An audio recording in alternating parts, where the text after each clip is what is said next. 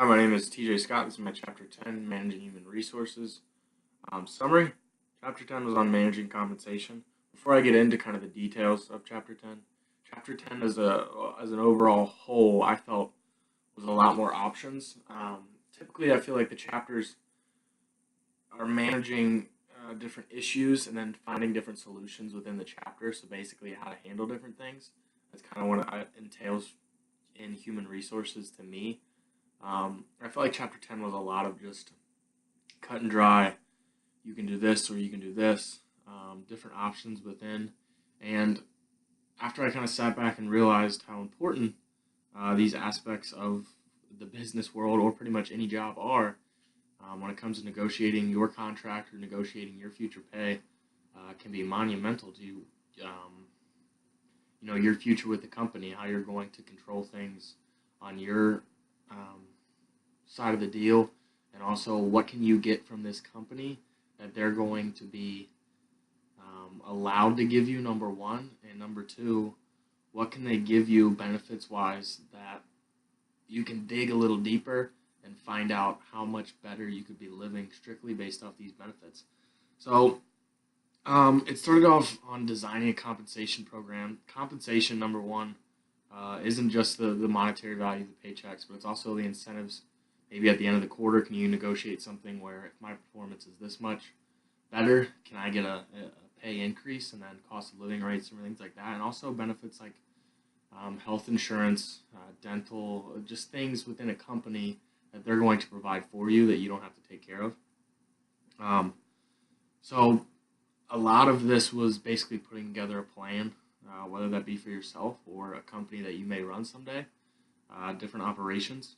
So designing compensation systems should have a strategic objective. This is interesting to me. I don't know if when it comes down to that, if you're trying to keep more equity inside the company or give back to your employees, I think you really would have to do a lot of research and find out what's going to benefit the company the most, and then also what's going to keep our employees happy at the same time.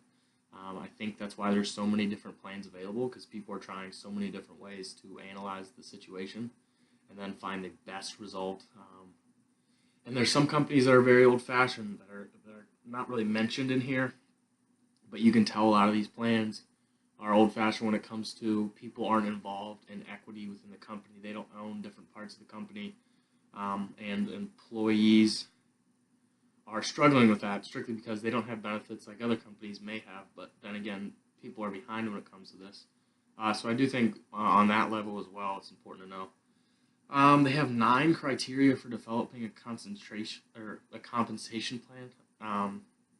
Basically, what this was how are we going to pay them, straight up paychecks wise? What kind of benefits are we going to give them? What kind of equity in the company are we going to give them? How loose or strict is the incentives that they are going to be receiving? Was the 9 steps. And then also, what are we going to give them over time? When it comes down to retirement and things like that, those are things you have to be thinking of constantly when you're going and looking into new jobs. But then again, different employers are going to negotiate different plans throughout, with or against you in some cases. The compensation systems.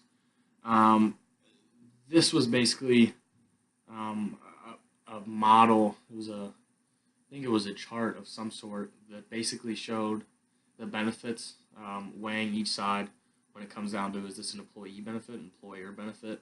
Is it going against both? Is it more equity in the company for maybe a publicly traded company? Compensation system design, fixed versus variable pay, and then performance versus membership pay. A lot of this is going to come down to employer things. You're not going to be able to change a lot of these things. As mentioned in the book, with an employee, you can make a movement to kind of change things. I didn't really touch on that too much, but it does touch on the fact that these are things you have to look into going into a job, or if you're trying to establish a company, things you need to discuss on how you're going to handle it. Job-based pay policies.